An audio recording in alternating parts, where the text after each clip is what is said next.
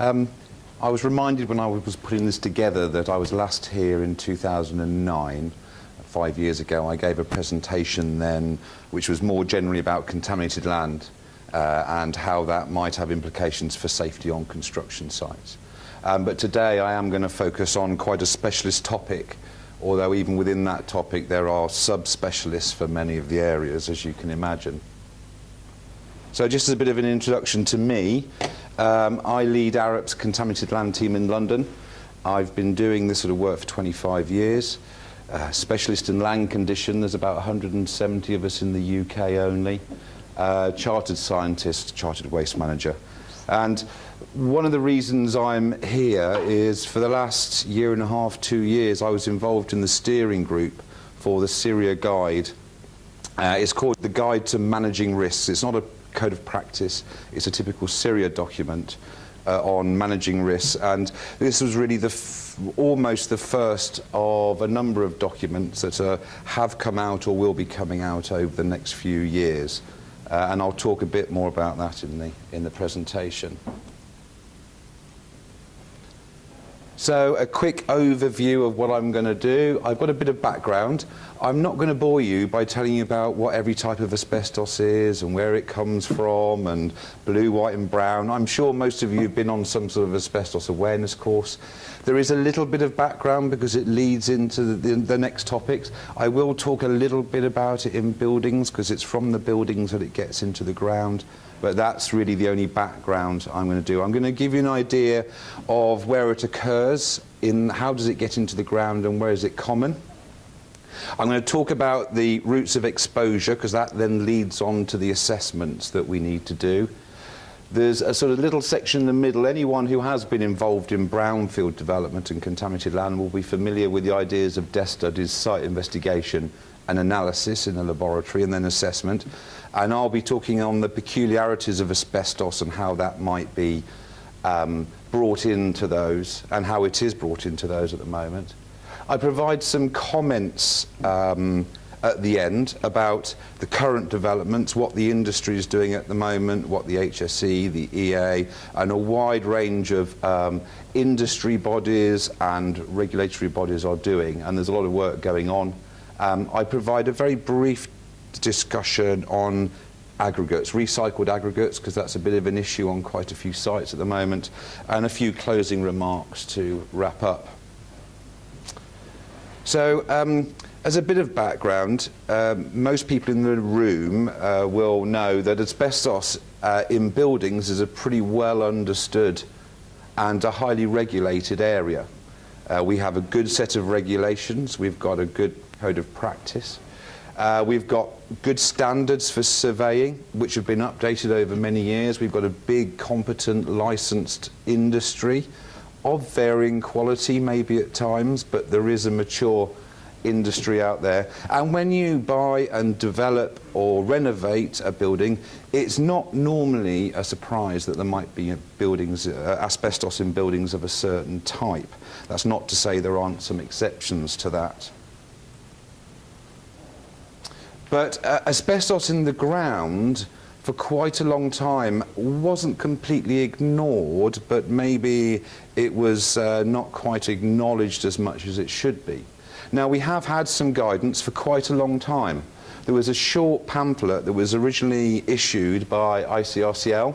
It was updated in 1990. To the second edition. It was only 9 pages, but it was a very good 9 pages, and actually I've looked at it again recently when I was involved in some expert witness work, and a lot of the guidance in there is still very relevant to today. But there was, I think, for a long time an idea that asbestos contamination was only significant if you had an asbestos works, or there were some sites where asbestos was and everywhere else it wasn't. And I'll explain some of that as we go through. But even then, there was this idea of a low detection limit was necessary in soils. And unfortunately what happened when this was published, and this is typical of my industry, contaminated land, is we love numbers. We love a table of numbers. That's safe, that's not safe. It's easy, you get some results and you compare it.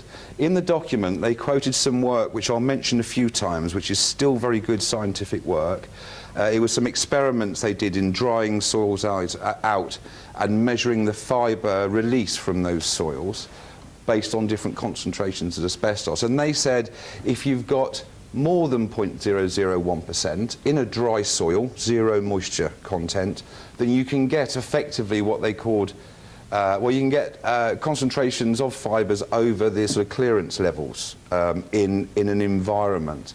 Now, what a lot of people then thought, well, if it's over that, it's not safe. So if it's below that, that means it must be safe. And that wasn't what the guidance was saying, and for a long time that was misinterpreted. Yeah, we've always got to put a little bit of background in, but I've heard this many times myself and I won't linger on it. Asbestos has been around for a long time, 4,000 years, something like that. And it was, as we all know, it was ubiquitous. It was used in just about everything. And it was first sort of properly banned in the UK in '85, so there's almost like 100 years of asbestos finding its way into our environment and into the buildings. And during that 100-year period, there would have been many stages of demolition and rebuilding, and there was stuff being done with that material. We imported 7 million tonnes of asbestos itself into the UK. Of that, 90% was chrysotile, white, 10% brown and 1% blue. I do like this picture. It's a kid in an asbestos bear outfit. It's a bit unnerving with the thing about not crying with the cigarette burns on it, but anyway, a bit dodgy. Now, you know, most people probably, if they were walking around a site and they saw a pile of something like asbestos cement, you'd probably recognise it. Not everyone, and a lot of people might even recognise lagging materials lying on the surface of a site. But there are just so many other types, and I've got lots of pictures in this of different types of construction demolition materials and how things look, and it's really, really hard to spot in the ground. So in terms of what are the sites where you might put it in a higher category of high potential, for instance, for there to be asbestos. I don't know if there's anyone from the rail industry in today. I'm not picking on the rail industry. That just happens to be a few of my stock photos. I've been Crossrail's contamination advisor through the construction stage, and these are some early pictures from Old Oak Common, which was a big sort of maintenance depot area, still is, and will continue to be associated with rail in the future. But rail land, and I'm talking about the more significant sort of rail maintenance places, they are particularly likely you're particularly likely to encounter asbestos on those sites. It was used throughout the rail industry, boilers, locomotives, the carriages, the brakes, concrete, the platforms, the stations, the toilets, everything had asbestos in. And you can imagine with a big facility and the continued development and people using stuff to build up levels in the ground. But of course, there are others. There's asbestos manufacturing sites.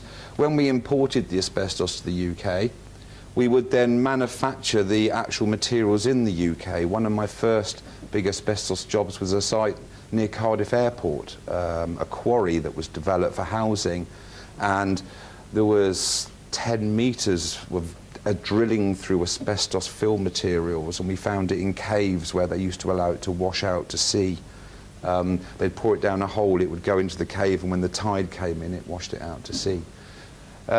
Breakers yards, scrap yards, you can imagine there's quite a potential for asbestos to sort of be broken up and distributed. Military sites, shipbuilding, heavy engineering, and of course landfills. People are always sticking stuff in holes. It's human nature. We bury stuff and forget about it. So those are some of the high-risk sites. I'm not saying it's all of them, but actually those are ones where we might find more. But what we're finding now, as the testing has improved, as awareness has improved, that we're finding asbestos more and more and more.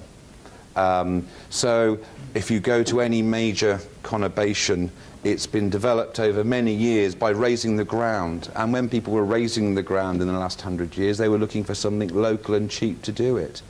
oh, we're knocking a building down, it's got a basement, let's shove the stuff in the basement and then level it off and then we'll put a new development on. That's happened a lot. So fill materials, historic made ground. I'll mention recycled aggregates later, that's a very current issue. But even greenfield sites, they're not immune to this.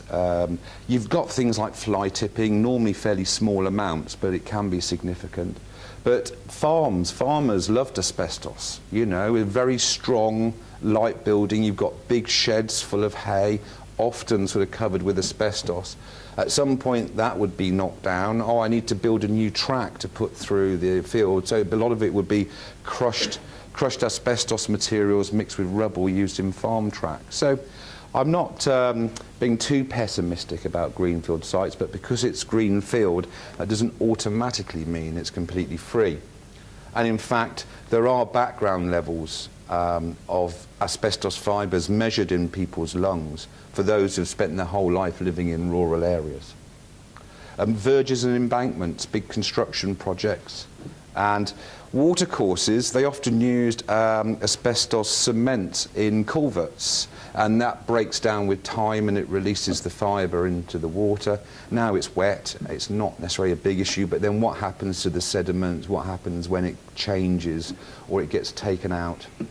And I've been doing quite a lot of work in some London docks, and we've been finding a fair amount of it in the sediment, which, where it is probably not much of an issue, but if you're going to dredge it and then reuse the dredging on land and it'll dry out, then it becomes something that needs to be thought about. So, moving on to exposure, there are some fantastic specialists out there. There were some really good people working on the Syria guide.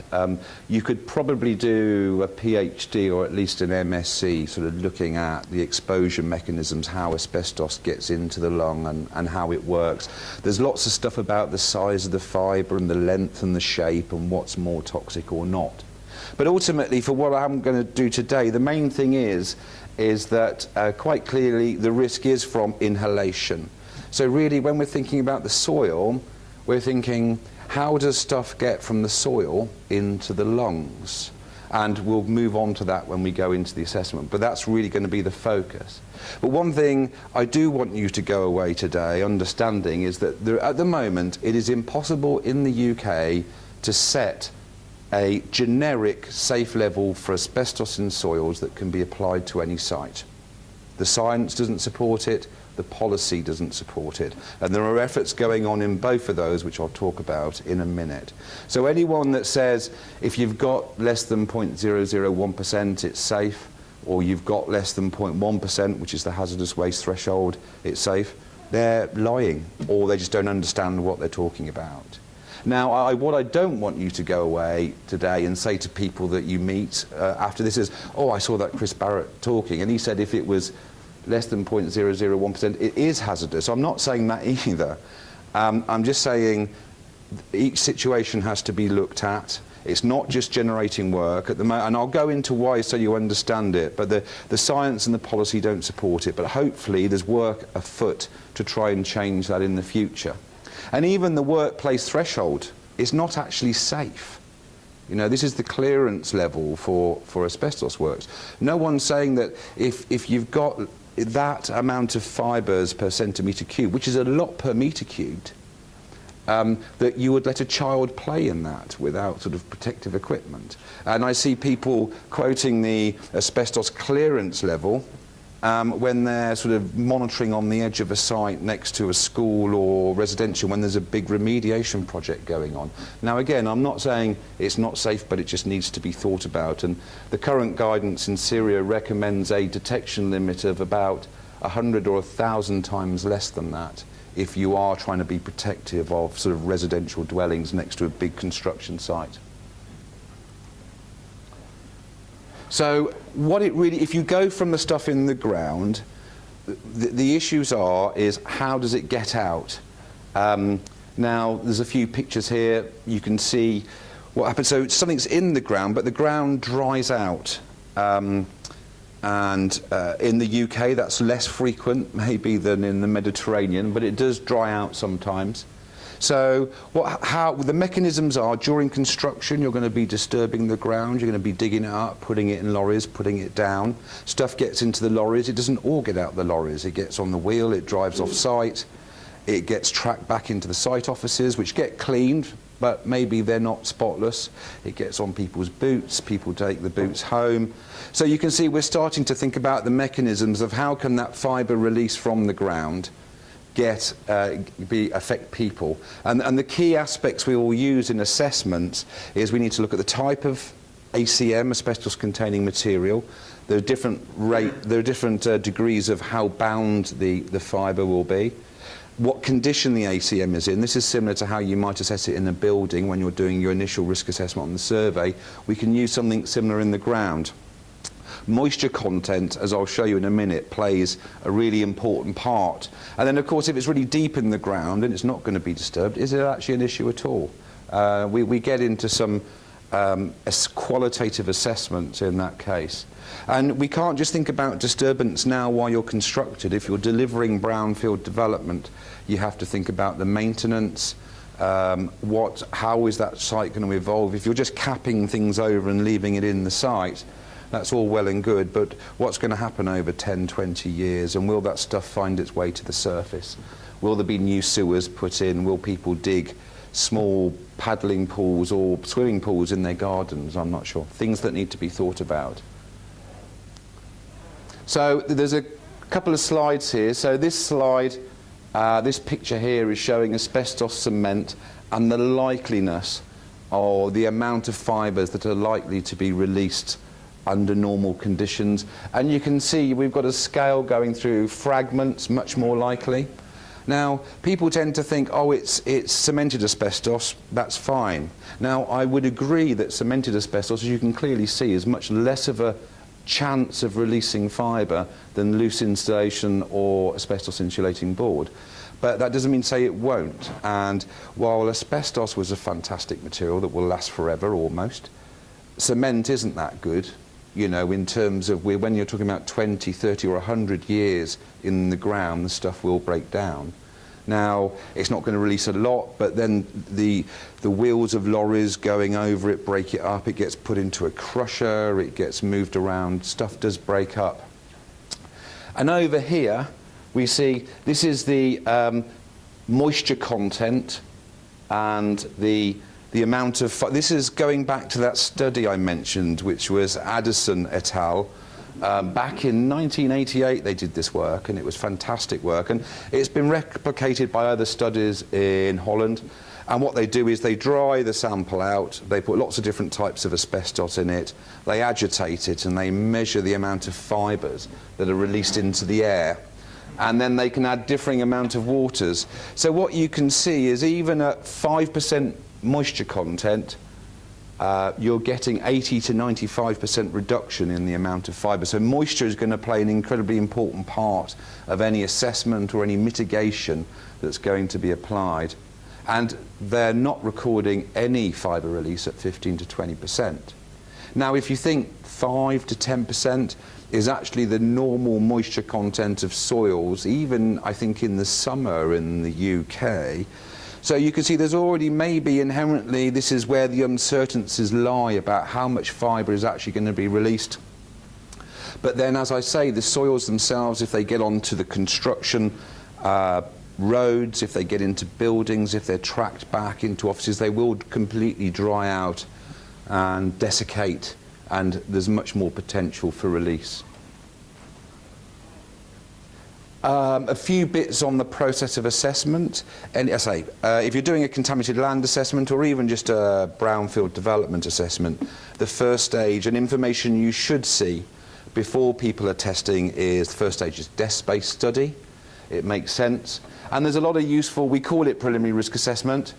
You know, consider the previous uses. So some of the uses I mentioned earlier, there are many others. There are industry profiles for different industries, and they all talk about the potential for asbestos. But most industries in the old days, they had a boiler, you know, and it was often lagged. Even if it might be in it, the industry would be housed in a building which would often have asbestos within it. But still, you can get some interesting information. This is an extract from a Goad insurance plan. They're readily available to purchase through various services. I think you can even get them free online now as well. And they are really useful because they were done for insurance purposes, and the things that insurers don't like is fire, and the thing that asbestos is good at is preventing fire. And so they used to record that on the plans. So you can actually, and they did this for periods of time during the 20th century, so you can actually track back which buildings did have asbestos. And I'll talk later about an example of a project where a bit of an issue arose to do with aggregates, and that could also be picked up by this sort of work. Site reconnaissance, understanding what the ground conditions are, how the ground's been made up, and then we go into this thing which underpins contaminated land assessment. I talked about this last time I was here, which is the conceptual site model, and it's the same for asbestos. We talk about source, pathway, receptor, and linkages between these. The thing with asbestos is we're talking about a different sort of linkage. It's about inhalation. We're not worried about dermal contact. You can eat it if you want. I wouldn't recommend it. But it really is, inhalation is the key aspect that we're considering.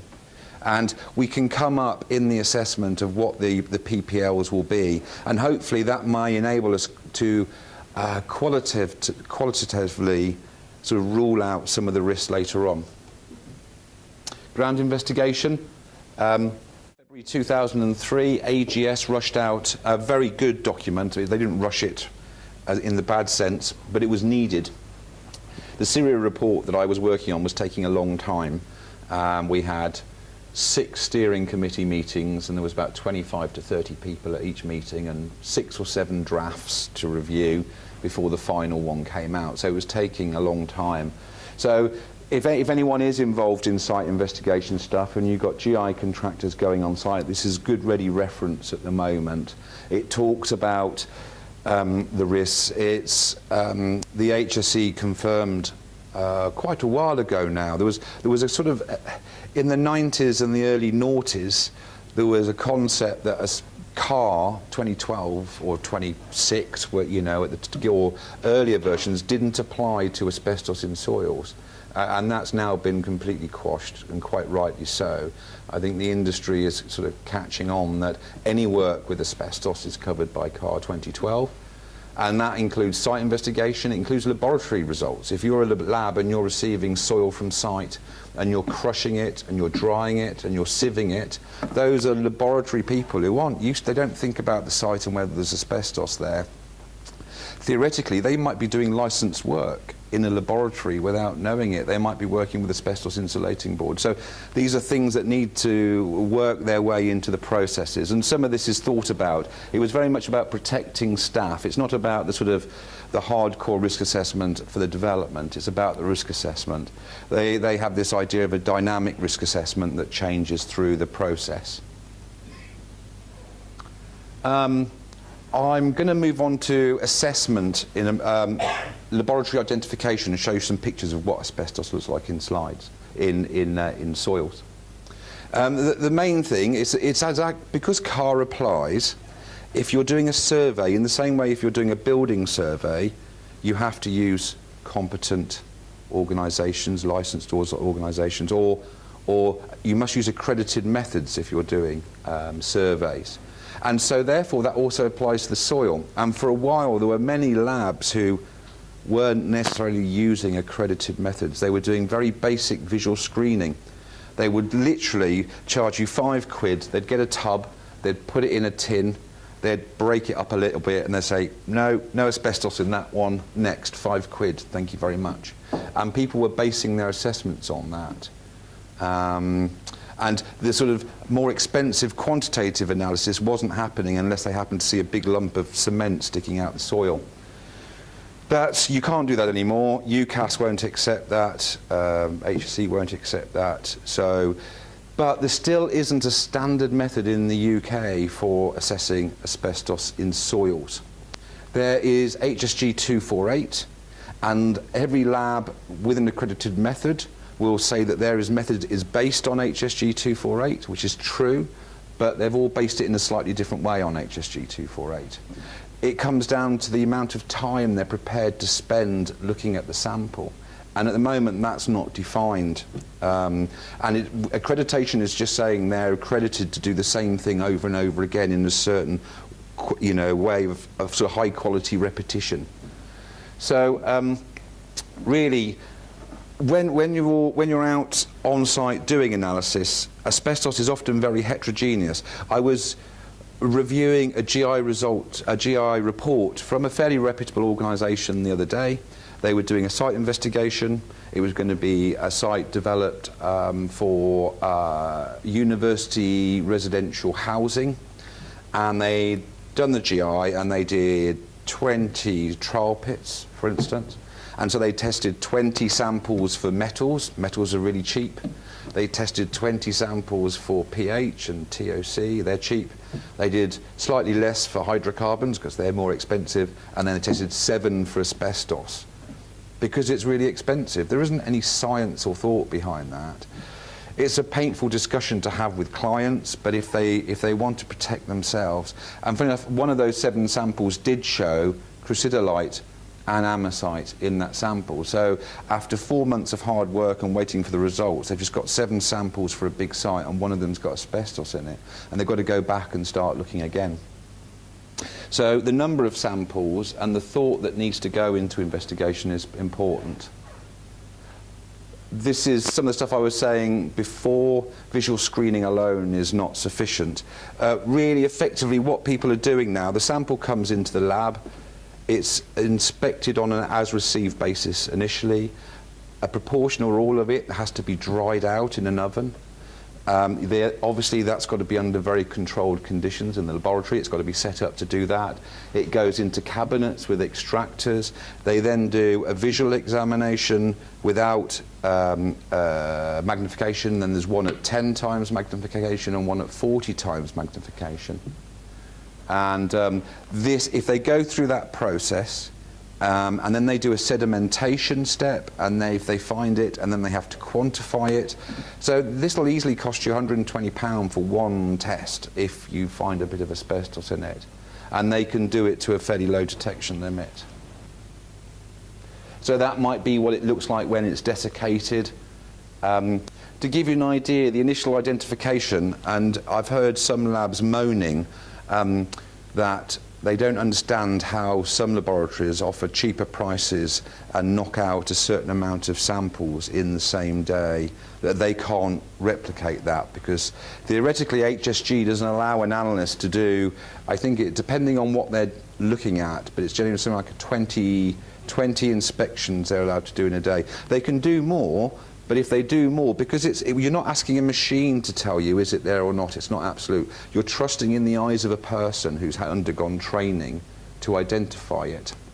And that person's had good training, but obviously people have off days, and if they do too much work, they're not going to be doing it as efficiently or as accurately. So if you go over 20, you have to have another analyst QC some of their own work, and that adds cost. And you can see it can take a few hours, if not longer, and that doesn't take account of the drying time and other things to do a sample. There are some standards for identification. If you are looking at results or you are commissioning it, you should try and use laboratories that are part of some proficiency testing. This is labs putting themselves forward to compare each other. You know, what results are we all getting from similar types of materials? And it allows them to calibrate their methods. But there is going to be a new SCA Blue Book method. There's a committee developing it for the Environment Agency. There's some top people on that. I recently was asked to comment on a draft of this new method. So I would hope if I was asked back next year, I could say that we will have a standard method that will define a lot of these things. But at the moment, it's not standard. So hopefully you'll find this interesting. These are pictures of the same specimen at different magnifications. So on the left, that is at no magnification at all. This is at 10 times magnification, and this here is at 40 times. Now, this result, I'm not saying it's harmful, but it produced a result just over 0.001%, which is low, but not something you can ignore. You can quite clearly see at this magnification, you've got quite fibrous asbestos material. You can maybe, if you're lucky, see it there, but there's absolutely no way you're going to spot it there. And I still see people saying, oh, we've got some asbestos, we've got a watching brief on site, don't worry. If we see asbestos, we'll stop work and we'll deal with it. And don't get me wrong, there's always place for a watching brief. There always is, but the way sometimes the logic behind it is flawed occasionally. This is maybe a bit more obvious. This might be picked up by a watching brief on site. That's at 0, and you know, maybe a few people in the room might think, well, that could be a bit of asbestos cement broken up. There you see it at 10 times magnification, and if I get out of the way, you might start to see some of the fibres coming out the side. So it's releasing fibres into the soil matrix, and you can see that at 40 times magnification. This result was well over 0.001%, but just under the hazardous waste threshold, which I'll talk about in a minute. I'm not really sure where this is in there. It might be that thing up there. That looks a little bit like lagging, maybe. Maybe you'd pick that up if you're inspecting the soil. And there clearly you can see the fibre structures and the like. Now this was a result that was reported over 0.1%, which is a fairly high concentration. You can get higher. I mean, you know, asbestos content within lagging is close to anything from 75 to 100%, and in board it's high. It can be less in cement, it might be 20, 30%, 40%. So different materials have a different percentage, but we're looking at the weight of that asbestos compared to the amount of soil. That's what these concentrations are. And there you see something that look, I mean, that might be a bit of felt or some sort of flooring or some sort, and as you're getting close you can see the amount. So if you were looking at a stockpile of that, would you think that was hazardous waste? You probably wouldn't, but it would be if you tested it. So when we move on to the assessment, we're thinking, the first thing I always think is, can we just assess this qualitatively? Can the stuff stay in the ground? Are we going to disturb it? You don't have to panic. You don't have to dig the stuff up. And I'll come to this at the end. Just because you've got some asbestos in your site, actually I think in a few years' time everyone's going to have a bit of it on their site once they start looking properly. And so then hopefully it'll all settle down a bit and it'll become a bit more normal. A bit like when I mentioned at the beginning, you won't be surprised if you find a bit of asbestos in your building. You'll just get the bloke in to deal with it, and they'll be licensed and they'll do it properly. And I'm hoping the same sort of sensible, pragmatic, sustainable approach will apply. That's not to say there aren't some sites where it's a big problem, and we've been involved in some of those. You know, what we can't do at the moment is sort of see a page of results and say that's high, that's, you know, well, that's significant, that's not. It's the same thing I was saying at the beginning, but we can move into something more site specific where we can look at other factors to try to calculate potential fibre release, and then we can look at managing those risks. So we could, the way CIRA report terms it is using multiple lines of evidence to support some sort of empirical evidence that you can provide for the site. Now this can get time consuming, but sometimes we're talking about saving lots of money in remediation. So you could, for instance, consider if you're looking at a site that someone's accidentally brought something on and it's already developed, and do we have to dig it up and take it off, or can we leave it there? What are the issues going to be? You could have air monitoring. Obviously, if you're doing air monitoring, it's a snapshot at the time you're doing it. The climatic conditions, the moisture content at the time will affect that. So you need to maybe think about, can we model the long-term conditions of this site with some air monitoring? The studies I mentioned, the Addison study, they also have some sort of soil to air data, and there are actually, if you've got some sort of concentrations and you make certain assumptions about the soil moisture, and there are then some models that will calculate a fibre exposure, a fibre release to the air, and it gets quite complicated. and you start to sort of get into risk estimation. What is the increase in risk to someone living 20 metres away from a farm track where they've used asbestos cement to make the farm track? And I didn't make that up. There was a study done, quite a famous one by IOM, and it concluded the people were completely safe, but there was some mitigation that needed to be put in. There's a big issue with the sort of soil to air, and this is where there's a lot of effort being made at the moment. There's a lot of evidence, epidemiological evidence, on the effects of asbestos. It's quite well known. Lots of people were exposed to it. Lots of people died. Lots of people are still dying. So we have great data sets. It sounds a bit morbid, but to me, compared to other contaminants I work with, it's a good data set. But the problem is the exposures that those people actually die from are quite high. So when you plot these all out, you're looking at dose response maps, you plot it all out, but then you want to take it down to a low dose, and you start to get into some very big uncertainty, and toxicologists and epidemiologists, they have problems extrapolating that data down to the low doses that we're talking about in the soil. So you have to be cautious on that. These two pictures, this is from the US. They pioneered, to some extent, this process. They call it activity-based sampling. So if there's a bit of a concern, in America, they actually have big background concentrations of asbestos, because they've got it in the ground and it's near the surface and it gets into the environment. So it's a big issue to them. Are sports pitches okay for people to live on nearby? They've got to do some work. So they came up with these sort of processes. Now, it's not really liked in the UK.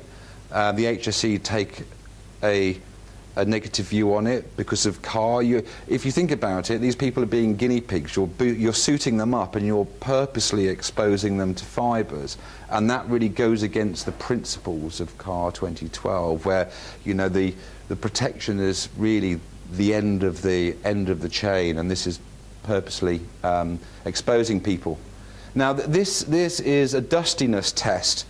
These aren't really, you can't walk into your local lab with a soil sample and say, can I have a dustiness test? But you could get them done, and I've seen there was a big remediation job where they developed this technique, and it was cost effective for them to spend a lot of money coming up with this technique, whereby they could take the actual soil, with the actual asbestos in, they could put it in, they could agitate it, and they could add water, and they could come up with some actual real data for their site. But at the moment, there's talk about this becoming more available, but it's not at the moment. So the current developments, we're moving towards the end of this now. The Syria report, the purpose of the Syria report, where it ended up, was it's a summary of what we've been doing for the last 20 years and further, and it's a summary of what could be regarded as good practice or best practice at the moment, but it's not a code of practice. And it's highlighted that there are a lot of uncertainties. There's uncertainties over the application of whether work's licensed work or notifiable non-licensed work or non-licensed work when you're dealing with such low levels of asbestos in soil, and how you look at sporadic low exposure and stuff like that. There is issues to do with transport, and I'll show you some pictures in a minute. So what's happened, this joint industry working group has stepped forward, and this is being sort of coordinated by the EIC, the Environmental Industries Commission, Council, Commission, one of the two. But the Environment Agency are a part of this, the HSE are a part of it, the Health Protection Agency, or Public Health England, sorry, are a part of it. So there's a lot of significant stakeholders in this thing, as well as the Institute of Occupational Medicine, lots of sort of other industry bodies, SOBRA, which I'm a member of, they're part of it. And they're now moving forward to develop a code of practice, so that we will get a code of practice.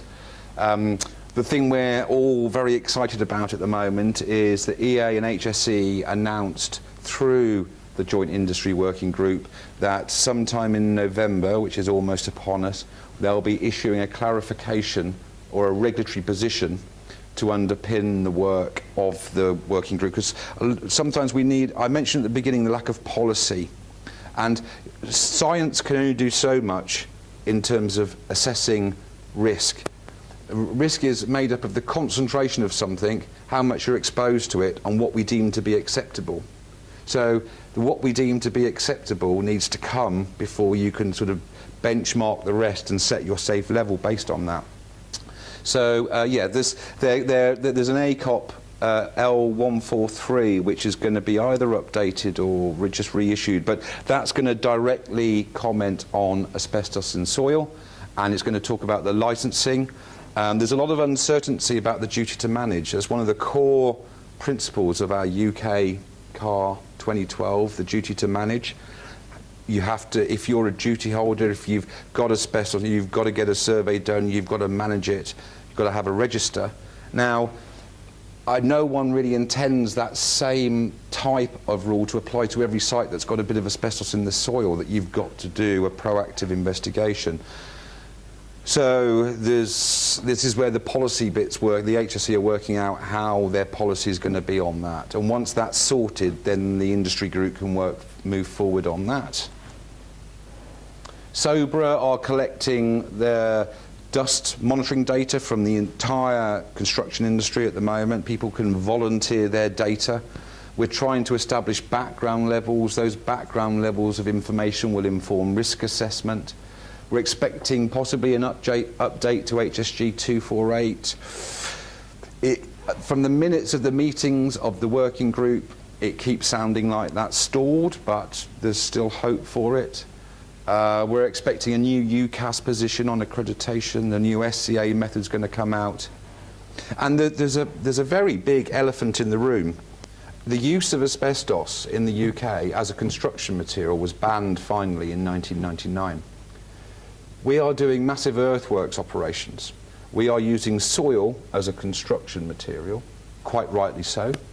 We're using recycled aggregates as we're selling recycled aggregates as a construction material. Some of those contain asbestos. So where do we stand in terms of policy on those issues? Are we breaking our own laws about banning asbestos from construction? Anyway, it's just something to think about. I'm not saying I know what the answer is. I can't see the current status quo changing too much. Brownfield development would grind to a halt, and we've got a sustainable growth agenda from the government, which needs to be balanced with protection of the environment. So that's something else that's being considered. Hazardous waste. You might look at that soil, and it may well have low concentrations of asbestos. There's two ways of saying if something's hazardous waste. If it's got less than 0.1% of free fibres, it's not hazardous waste.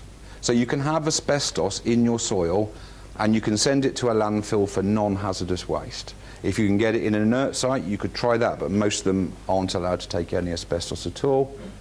But the EA also say that if you can see a fragment that's visible to the naked eye, and you can't segregate it, or you can't reasonably not expect there to be other fragments within the material, then that's also a hazardous waste, which is a bit significant. And I've written to the Environment Agency about that. They've said they're going to possibly put out a new position statement with regards to legacy soils, which is a term I phrased in my letter to them, because they're paranoid about people mixing soils to prevent it being hazardous, but most of us are just dealing with a legacy issue.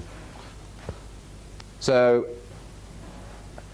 I've mentioned this already, I won't dwell on this. Work with asbestos in the ground can be licensed. It may be licensed work, it could be no. Most of the time, the stuff I'm doing at the moment, I see most people assessing it as notifiable non-licensed work, and I sort of trust their judgment. That's not a field that I step into and do. I think you've got to be a competent CAR assessor to do that, and I don't claim to be one of those. So it's going to be interesting to see what the HSE's position is going to be in that updated ACOP. And then imported aggregates. I strongly support, before I go into it, I strongly support recycling aggregates. It's a good thing. It's a sustainable reuse of materials, but over and over again we're seeing clients inadvertently importing an asbestos problem onto their site. One quick example, We had a client developing a potato market. Doesn't sound very glamorous, doesn't sound very risky. They were digging down and they found a basement full of asbestos materials. As they hadn't done much site investigation, they'd done some, but everything went on hold, lots of issues. They had to get specialists in. There was a lot of delays, and it cost them a few million quid. They decided the only way they could, programme was king on the project. It was central London. They needed to crack on. They dug it all out. It cost them a few million quid. They needed to put something in its place. They imported recycled aggregates. They had the piling rigs waiting at the gate to come in, and just as the last lorry load tipped, they noticed there was loads of asbestos in the recycled aggregates, and they had to start again. So disaster, very painful for everyone involved. And it was a good, friendly, healthy, intelligent, technically competent team that occurred within. It wasn't a bunch of cowboys. These were top developers, good contractors, good consultants. So a couple of final comments. It might be a bit negative, some of the stuff I've said, but you know, I don't think we're doomed. We're not all going to die from asbestos in soil. Over a typical lifetime, all of us may well inhale about 50 million asbestos fibres without any official exposure to asbestos. Does some of that come from the soil? I don't know. But then when you consider a milligram of asbestos might contain 2,000 million fibres, it gives you an idea of how small these fibres are. There's new work being done on background, and there's great work going on at the moment, and we should be getting to... I think the problem that none of us like is uncertainty, and there is still uncertainty, which makes people uncomfortable in construction projects. And I'm hoping a lot of that uncertainty will be sorted out in the next year or so. But do take it seriously.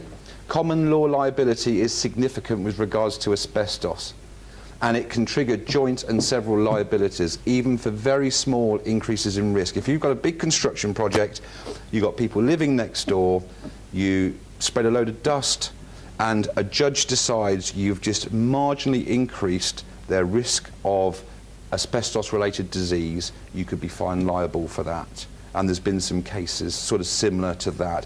The judge was looking at a 10–15% calculated increase in risk. The people didn't have cancer, but it was judged their risk had just gone up by a certain amount. Use competent specialists. I was interested on the remarks earlier about competency, and I think some of that is something we can think about ourselves in my industry. We tear ourselves to pieces trying to define who's competent in the contaminated land specialist. So you may need more than one specialist depending on what sort of work you're doing. It's not unusual to find it. And don't cut corners on your GI and all the basic work, because it's much more expensive if it's found during construction. And a couple of headlines. That's from 2013, and the bottom one is from January this year, 2014. I think that's it.